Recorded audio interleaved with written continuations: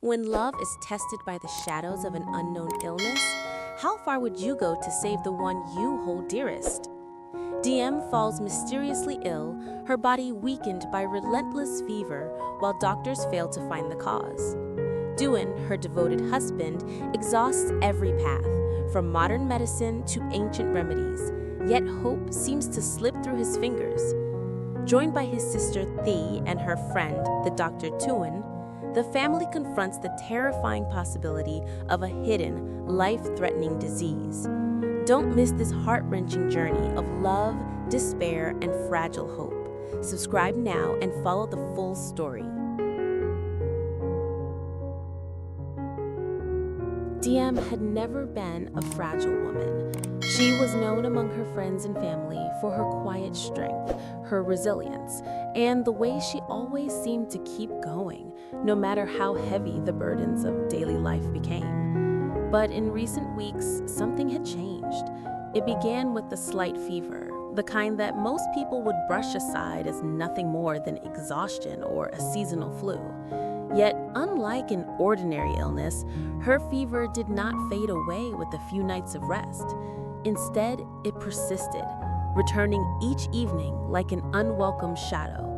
Her body grew weaker, her once lively steps slowed, and soon she found herself confined to bed, trembling with bouts of fever that drained the life from her.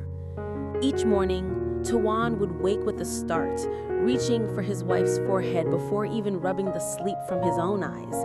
He would feel the unnatural heat radiating from her skin, a fire that no medicine seemed able to quench.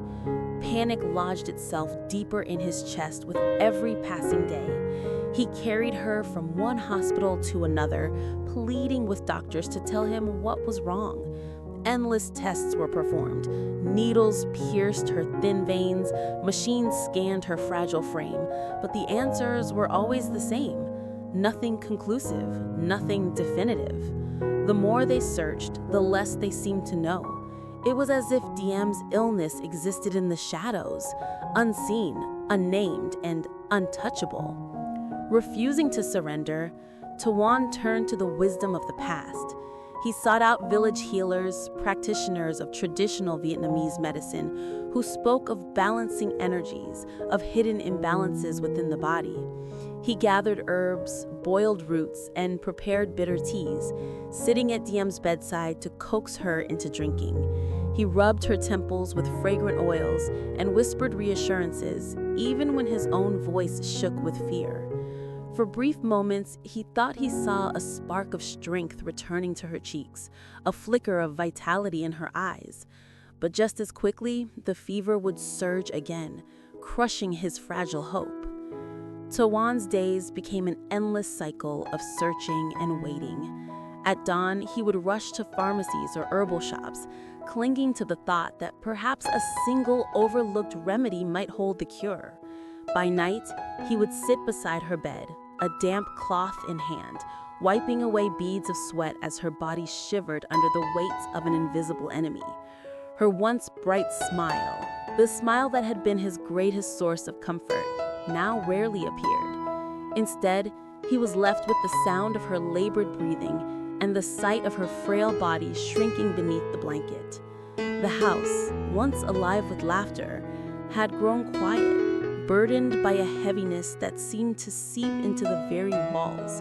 Friends and neighbors who visited spoke in hushed tones, offering prayers and whispered words of encouragement.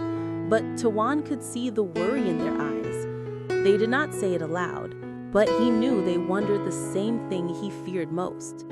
What if Diem's illness was something far more serious than any of them could imagine? What if he was watching the woman he loved slip away, one fever at a time?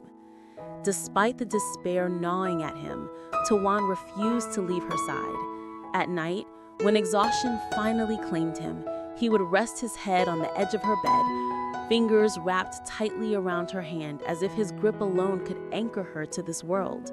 And even in sleep, his face was etched with worry, his heart heavy with the single desperate prayer that tomorrow, somehow, would bring a miracle and that the woman he loved would open her eyes with renewed strength.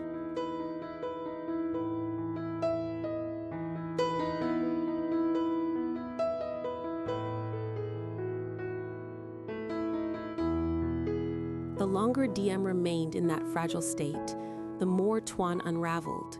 His once confident presence, the steady figure everyone admired for his calm composure, now seemed broken by helplessness. He no longer shaved in the mornings, his eyes carried heavy shadows, and his shoulders sagged beneath invisible weight. The strong man who once reassured others now needed reassurance himself, though he refused to admit it. He spent hours at her side, holding her frail hand, whispering her name as if speaking it aloud would keep her tethered to him. Yet every day her fever burned anew. Every night her body trembled beneath the sheets, and every passing hour eroded his hope a little more. It was during one of those long, heavy afternoons that his sister Tui came to visit. She had heard enough from neighbors and family friends to know that her younger brother was drowning in despair. As she stepped into the house, she immediately sensed the suffocating atmosphere, the stillness broken only by the creak of the ceiling fan and the faint rustle of Diem's breathing. Her heart tightened at the sight of her sister-in-law lying pale and motionless, as though the illness had stolen every ounce of life from her. Tui moved quietly to Toan's side, laying a hand on his shoulder. "You cannot do this alone," she whispered gently, her eyes filled with concern. But Tui had not come by herself. With her was Toan, an old friend from university days and the physician who had seen more unusual cases than most.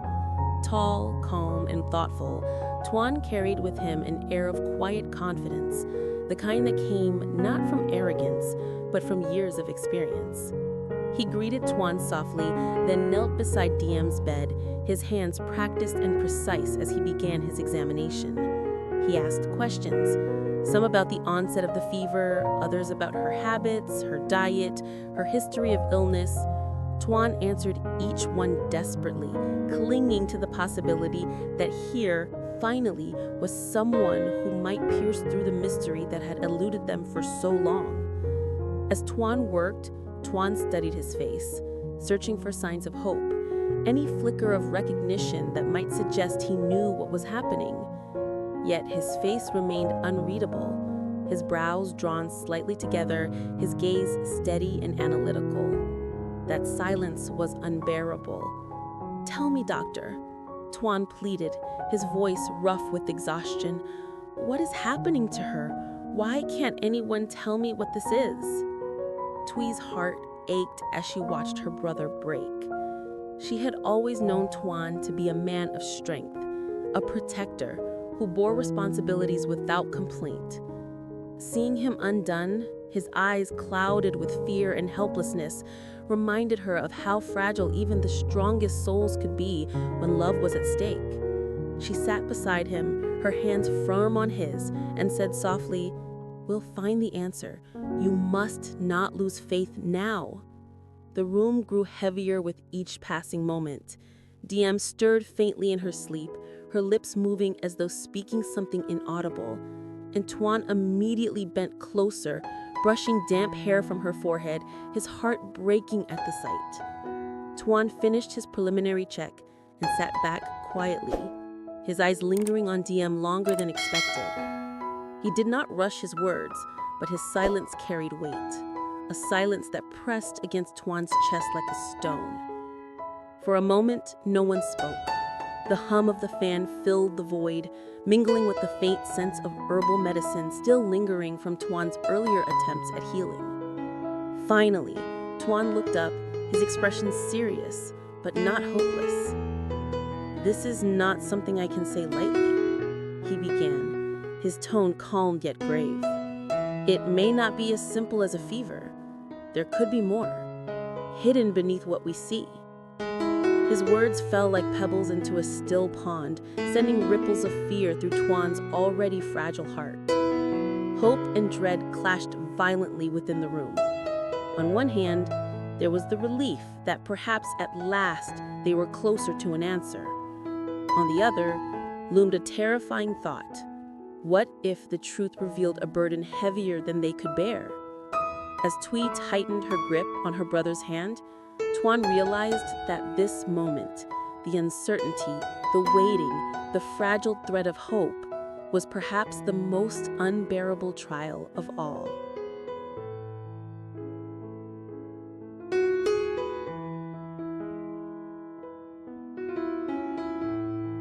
The hours that followed felt like an eternity. Toan paced the room restlessly, unable to sit still, his mind plagued by countless dreadful possibilities. Each glance at Diem's pale face struck him like a knife. Every shallow breath she took was a reminder of how fragile her hold on life had become. Three sat quietly at her brother's side, her presence a silent anchor.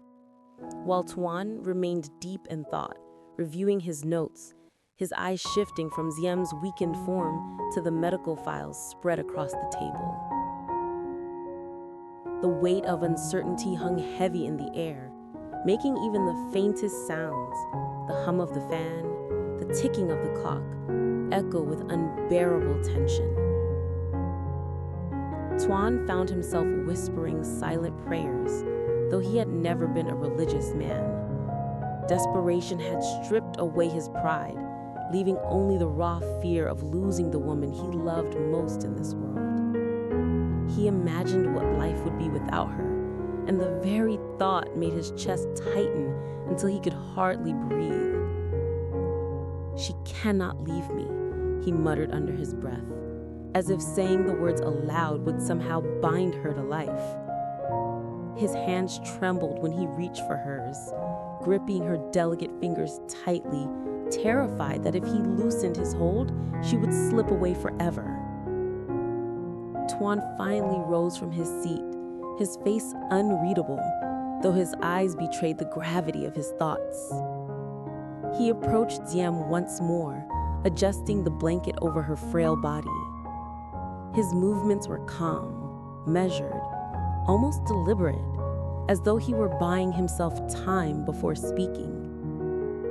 Toan's heart pounded in his chest as he waited, each second stretching into a cruel eternity. "Please," Toan whispered hoarsely, "don't keep me in the dark. I need to know." For a moment, Toan said nothing, his gaze fixed on Diem's fragile form. Then with a sigh that seemed to carry the weight of countless unspoken truths, he finally spoke. "There's reason to believe that what she suffers from is not a common illness. The fever, the weakness, the unexplainable symptoms, it suggests something deeper, something that may not be easily cured." His words fell like thunder in the quiet room. Toan's knees buckled and he sank into the chair beside Diem's bed. His heart raced with terror. "Are you saying she's dying?" he asked, his voice cracking under the weight of fear. The room seemed to tilt around him, the edges of his vision blurring with despair. Ly quickly placed a steadying hand on her brother's shoulder. "No," she said firmly, looking directly at Toan as if challenging him to deny her brother's worst fear. "He hasn't said that. We don't know yet." But even as she spoke, she could see in Toan's solemn expression that the truth might not be far from that possibility. Toan knelt down, his voice softer now, more compassionate. "I'm not saying it is hopeless, but it could be something rare, something hidden that requires more than routine tests. We must dig deeper. I need to run additional examinations, bring in specialists. It may take time, and yes, it may be difficult, but there is still a chance." The faint glimmer of hope in his words was enough for Toan to keep from collapsing entirely. He clung to it desperately, like a drowning man grasping for driftwood in a raging sea. His eyes darted back to Diem, her fragile chest rising and falling with shallow breaths. He bent closer, pressing his forehead to her hand. "Hold on, my love," he whispered, his voice breaking. "Hold on for me. I'll do whatever it takes." In that dimly lit room where despair and hope waged a silent war, the future remained uncertain. Was Yem facing a disease too cruel to be conquered, or was this merely the darkest hour before dawn? No one knew. Yet one truth stood unshaken. Toan would not give up. With Thuy's support and Toan's knowledge, he would fight against the unknown no matter the cost. The battle for Ziem's life had only just begun, and though fear loomed large, so too did the fragile spark of hope that refused to die. Hello, xin chào tất cả các khán giả của kênh Lý Tử Diễm Review. Chúc các bạn một ngày mới tốt lành. Vậy là tập phim của ngày hôm nay của kênh Lý Tử Diễm Review đã kết thúc tại đây. Không biết rằng mọi người thấy tập phim ngày hôm nay có hay, hấp dẫn không? Nếu mọi người thấy tập phim ngày hôm nay hay, hấp dẫn thì các bạn hãy cho mình xin một nút like, một nút chia sẻ và để lại bình luận ở dưới video nhé. Đặc biệt là đừng quên bấm vào nút đăng ký kênh để nhận được thông báo mới nhất về các tập phim sẽ được phát sóng vào lúc 6 giờ sáng hàng ngày trên kênh Lý Tử Diễm Review. Vâng, vậy là trong tập ngày hôm nay Diễm đã bị mắc phải một căn bệnh rất là kỳ lạ, vẫn chưa biết là cô có phải là mắc phải căn bệnh hiểm nghèo hay không, liệu rằng cô có thể vượt qua căn bệnh này hay không, Toàn có thể chữa trị khỏi cho cô hay không. Tất cả những câu hỏi này sẽ được trả lời vào các tập tiếp theo, các bạn hãy đón xem nhé. Cảm ơn các bạn rất nhiều. Xin chào và hẹn gặp lại. Bye bye.